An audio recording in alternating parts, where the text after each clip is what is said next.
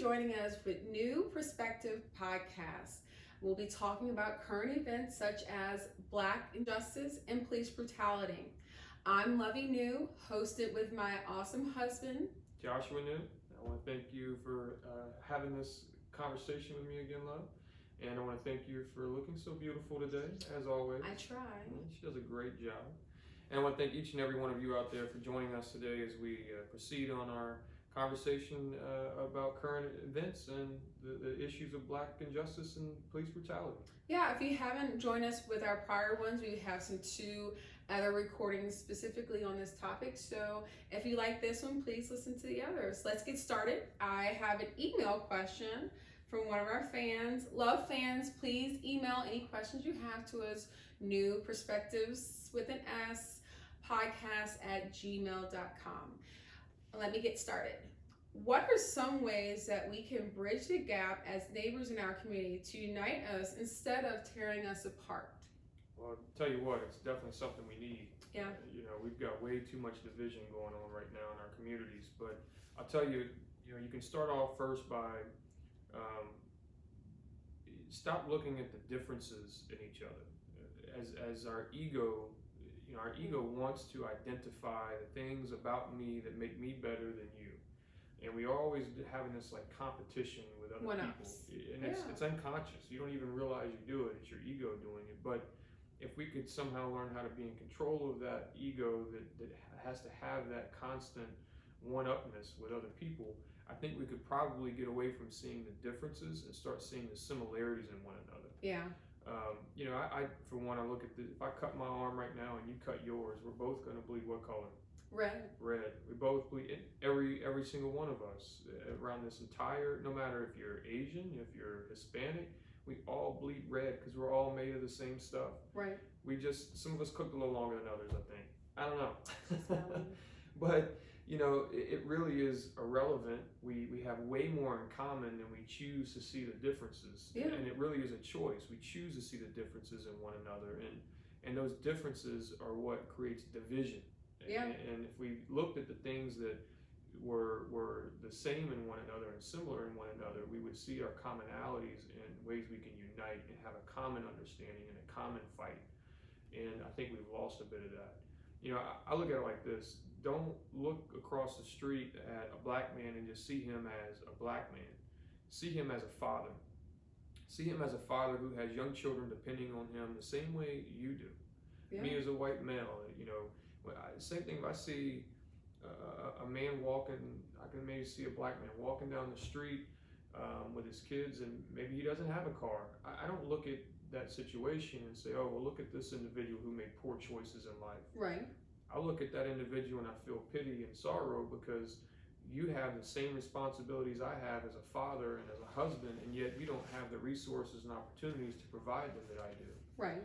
So, if we looked at each other with compassion as well, I think that would be a great step in the right direction, and it would help unify one another. I think coming together with some of these different, the protests or the just supporting these different initiatives, right, and coming out in support of those would help unite us together again and show, because after 9/11, everybody united. We did. Because we had a common enemy, a common goal, a common we united for a moment with COVID. We were like, we just all want to live. Yeah. We weren't racist for a moment. We're like, everybody live. Yeah. But then we it doesn't take long and we forget about that. We find something to divide ourselves. Yeah. So we have the capability to stop that and to change our behaviors. Unfortunately, we don't take the opportunity to do so. But it starts with each and every one of us in our neighborhood, in our perspectives, and how we look at other people, how we interact and engage with other people, and how we think about them. Yeah. If you just see a black man with his, maybe sagging his pants and you think he's just a thug, you have no idea what that individual has gone through. You don't understand anything about them to make those judgments. I don't agree with wearing your clothes that way, but that doesn't mean that you're a bad person, that you're a thug, that you're a threat. It's, you wear your hair up versus down today. that doesn't mean that, you know, I think of you as any different. It's a silly argument. It's a silly perspective, but everyone's entitled to theirs. But I think those are some things that, because white people can never, ever, I live with a black person, but I could never absolutely understand your struggle and your challenges that you had to overcome being Right. a black female. I can't, and I never will. I won't understand the challenges my children go through. Yeah. I'll never understand them. I won't either. I mean, they're mixed, so it's a completely different challenge. You know, and I think if we just try to, number one, open our ears and listen, and then number two, open our hearts to understand. Right. If we would do those two things, and you don't even necessarily have to give feedback, just listen and try to understand another person's perspective, their experience of life, you know, the challenges that they've endured, the things they've overcome, and the things they're still struggling with. I think we'd be on a much better path to understanding, having compassion, having empathy, and having a better outlook and perspective on life. So I mean, I understand you're saying we need more compassion, but how do you get real leaders in society to sit down and listen? I think the protesting that's going on right now is really doing that. You know, even back when the protests in Ferguson, Missouri were happening, it happened for a few days and then it died down. This one is different. Right. Which you even see now other countries are protesting. Absolutely. We got global support on this. So it's a different feel, and you got to ride that wave while it's here. Yeah. But I think, for one, that is starting to make people wake up. It goes back to, you know, show people how important the black person is to them. Yeah. You know, these white people with these businesses, you know, a lot of times who are their customers? Black people. You know, Nike makes a ton of money off black people, right? Let's you know just those J's online. The same thing with, you know, and this is a bit off topic here, but we've talked about this before. What if all of the players in the NBA decided to stop playing? What if all the black players in the NBA just said, we're not playing for this league anymore? Or what if all the football players in the NFL decided they were not going to play anymore? It'd be a sad day in sports. The sport wouldn't exist. It wouldn't even be what it is. And even within several different things you can go through and say, if you took all the black people out of these positions and out of these opportunities, you'd be struggling to be able to make things work. So here's a side note on that. Just, it came to my mind. This is off topic. The athletes who do have some pull that are black, do they really have the white man's respect, or are they just hired work? Oh no, they don't have the white man's respect. And I won't say that as 100% every single situation, but okay, minus Michael Jordan. Okay, we watched this. Even him. I mean, the one thing I'll say is, like Mark Cuban is one of those owners that I feel like really understands and gets it. I don't think he sees them as a part of his team and his company, and I don't think he feels that way toward them. However, James Dolan, who owns the New York Knicks, absolutely believes he's a racist. Yeah. And he sees them as modern day. It's almost like modern day slavery in the sense that, you know, well, I bought and paid for that guy, you know, and he's on my team. I don't want to say that N-word. No. I'm just messing. He would not say that. But it's just one of those things that boy. You know, no, that was not any word I was going to utilize. You're not about to get no, ma'am. Gotta keep it funny. But I think that they absolutely do look at them, and it not necessarily being black, white, whatever, but more so from the sense of they care about green. Yeah, it's green. I agree with that. I don't even think they see black and white. They see green, and unfortunately, that's just the nature of the business, and it is a business. Yeah.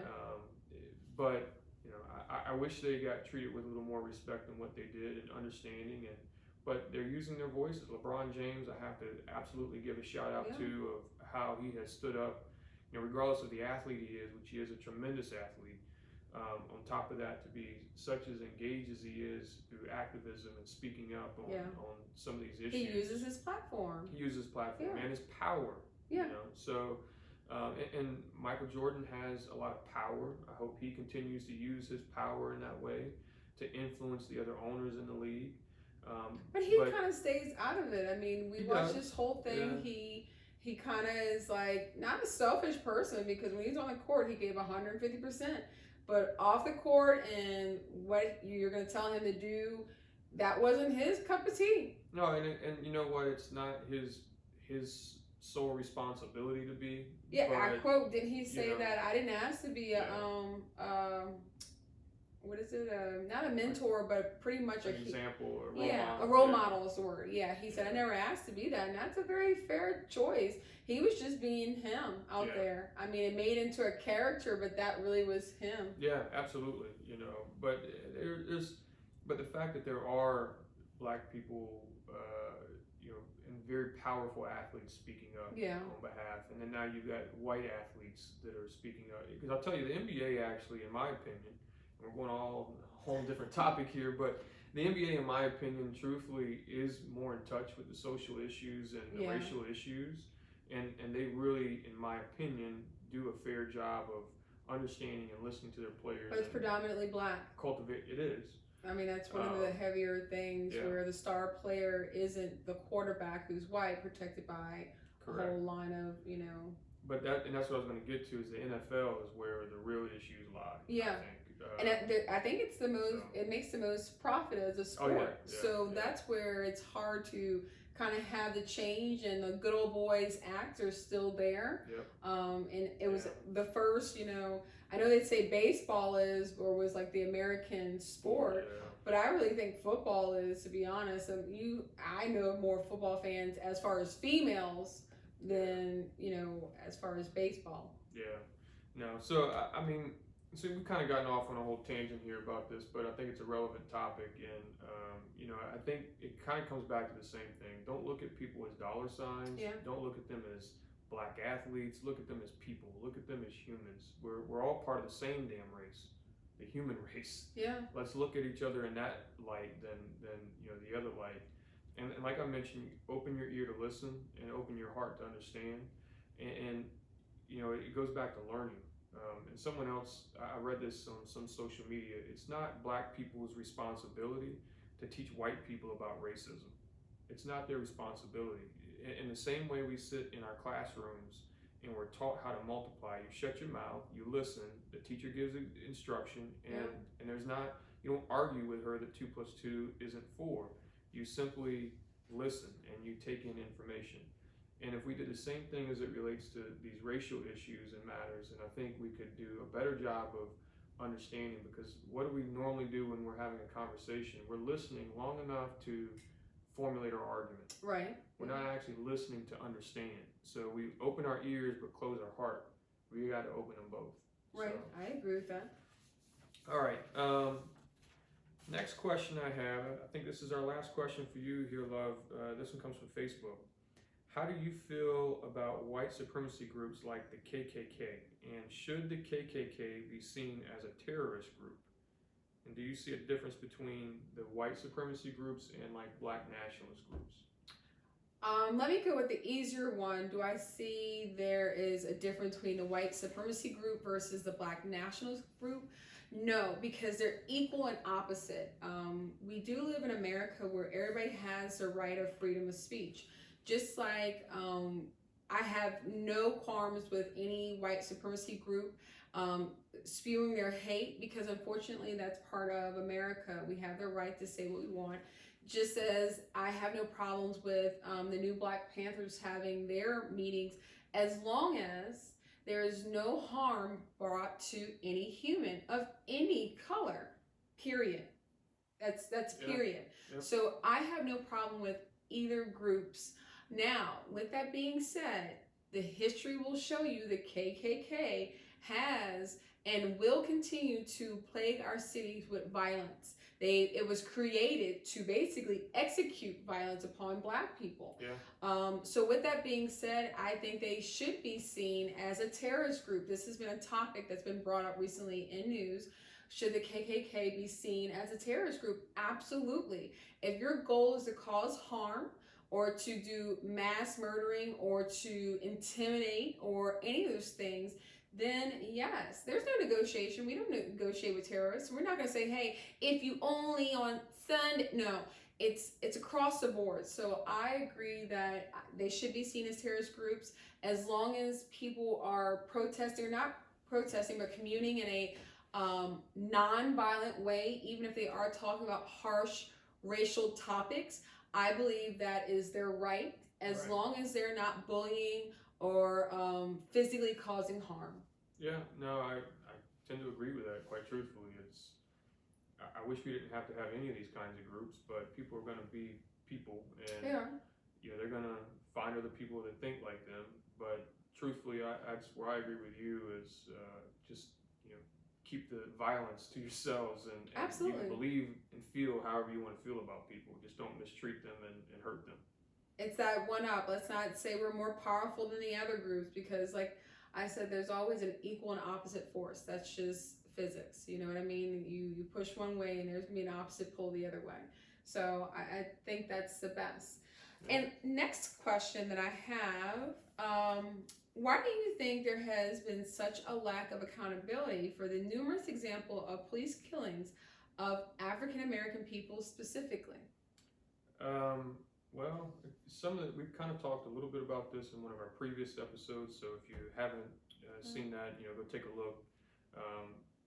But I think a lot of it has to do with the justice system and the way that it's set up to protect them. There are loopholes put in place to basically allow them to do some of the things that they do, and like I said, they're just loopholes, and so they know how to navigate those.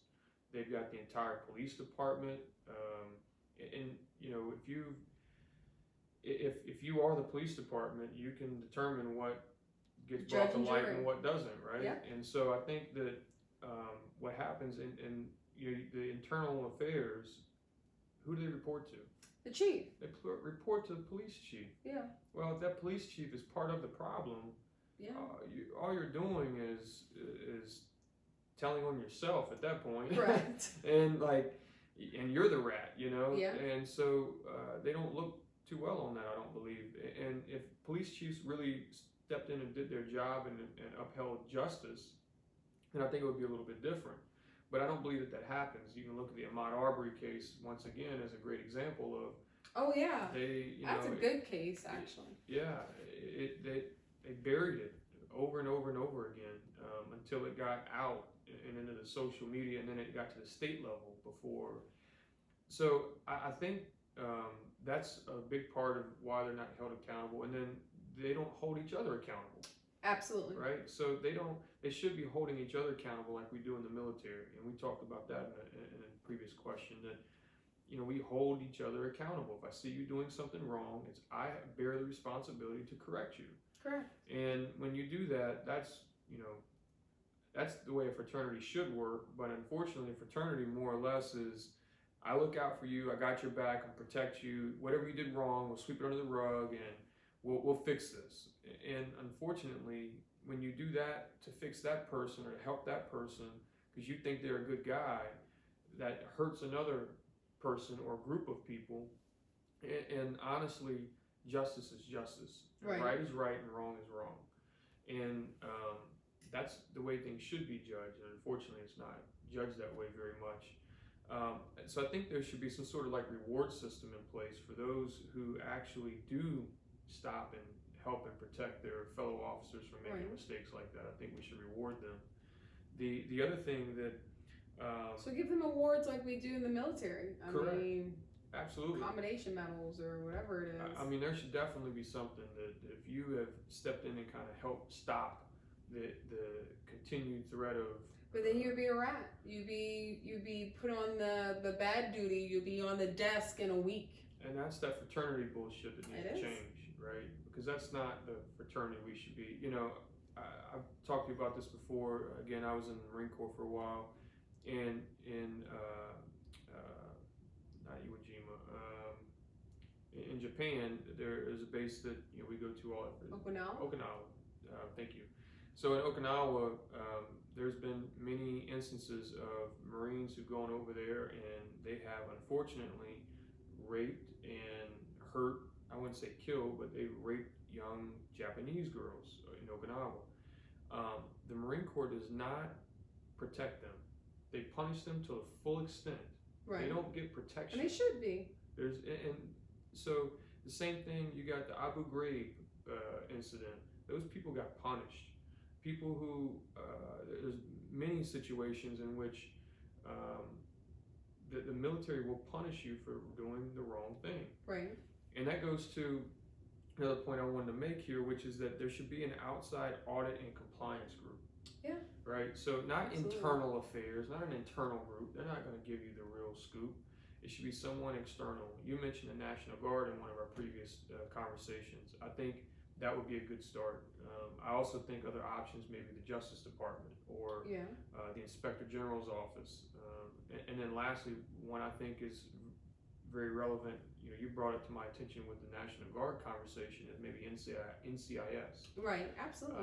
Because they already investigate, things in the military and war crimes and so forth, and they're not tied to any particular unit. They work for the federal government. So those are some things that I think we could bring into place to maybe help the accountability problem and maybe help absolutely. the There has to suppression be. of evidence and things like that. So the other thing from an accountability perspective that I want to touch on, and I'm gonna do a separate podcast on this and get into some details about it, but I want to cover it a little bit here, is that the punishment should fit the crime. Absolutely. I've got more than a number of cases here where, and we'll just start with George Floyd. He tried to give a counterfeit $20 bill and lost his life over that by a police officer after he was handcuffed. So, how did that punishment fit the crime? I don't understand. Too often, police officers are allowed to be for 8 minutes, he held his knee on someone's neck. I can sit and share for 8 minutes, and I feel like I've been sitting for 8 minutes, and I want to get up. So he knew he was doing wrong. He knew he was. And that's the thing, is police officers are sometimes allowed to be judge, jury, and executioner. But even that's just it, though, Josh. There's videos of another civilian walking up to the police officer, and it has to be a brave ass soul to go, "Hey, the man said he can't breathe, and your knee's in his neck. Can you get off his neck?" And that's just it. I don't feel like he did have someone tap him. He had a person tap him, and he still had it on his mind. Yeah, no, I agree. But it should have been one of his fellow partners that took that step. It shouldn't have had to take a civilian who's not sworn to protect and serve their community to do that. But he was a human, and I think that human saw another human hurting. Absolutely, 100%.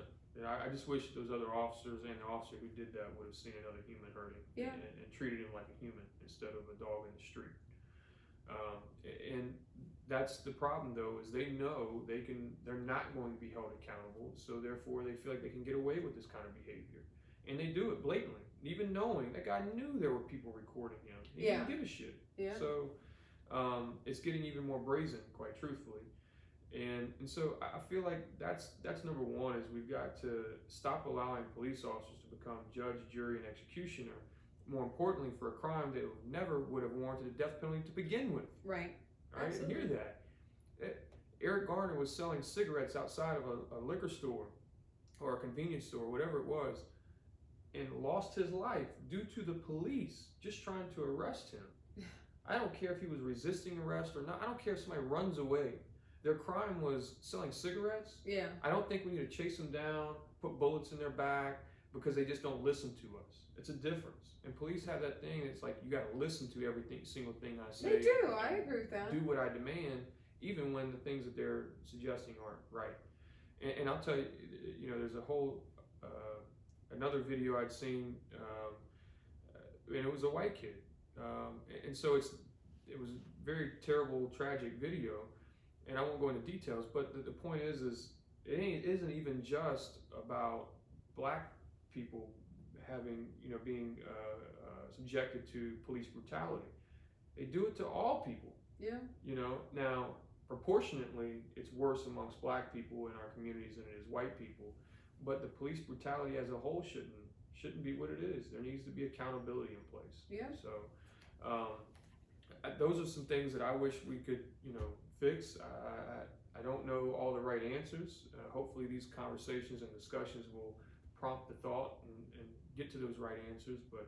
But you do bring up a valid point of the accountability, and the one thing that I want to get out there, and if any of my listeners are attorneys or law enforcement and want to give me the answer to this, what are our rights as just American citizens when we're pulled over by the police? So this is where I put accountability on ourselves, including myself. Hopefully I will have a whole show on what exactly is the right steps and what are your legal rights of letting someone in your car, letting them do this, letting them do that, all the right ways, because how else to keep yourself safe than to know your legal rights and enforce them, just like the police officers like to enforce their own legal rights.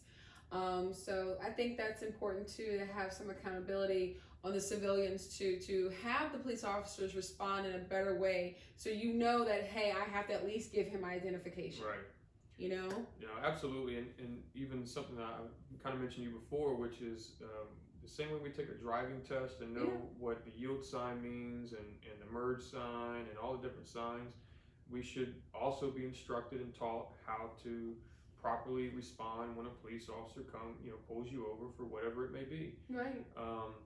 Because we've seen, unfortunately, cases where someone's just reaching for a wallet, or even myself, I personally, I get nervous and scared. And even when you're nervous, you make more jittery movements that appear to be... It's adrenaline. Yeah. And it doesn't mean you did anything wrong. Doesn't mean you're this terrible criminal. You're just nervous of being pulled over by the police. In fact, he does have a gun on his hip, and if he chooses to discharge it on you, there ain't a damn thing you can do about it. Especially when they approach with them on, their hand already on their gun. It's always lovely. Yeah. Don't you feel safe? So I feel like we should have like a training program, to your point, and it should be standard across. I even think the rules should be standard across the country. Because people travel in a different country. You can't know every state's laws. Yeah. It should be the same world, across the country. I agree with that. Yeah. Well, I think that's it for our questions today. And I want to thank you, love. Great conversation. Thank you. And I enjoyed spending time with you as always. So I appreciate your thoughts and your honesty as a white male, because that's the important part of knowing my viewpoints and you knowing his as well, and realizing Black and white people can work together. We can unify and fix this issue for everyone. All my people of color and all my Caucasian people of color. Like I mean, Caucasians are race, let me correct, white people of color. But y'all are still my brothers and sisters. I don't see y'all any different. I'm not going to let a few apples or a few bad apples spoil the entire barrel. So I just want you to know that all Black people don't feel like it's always white against Black. It's not. I don't feel that way. I feel like some of these issues are so old. I'm so tired of hearing them. I've heard them from my mother, my grandmother. It's so old. So I'm glad we're having talks, and please continue to listen to our podcast. Email us at newperspectives with an S podcast@gmail.com. Follow us on YouTube at our channel New Perspectives. Instagram New Perspective Podcast, as well as Love You New. All right, and I just want to thank each and every one of you for joining us today. Thanks for listening to our New Perspectives as we inspire hope and ignite the love for life. Thanks everyone. Bye.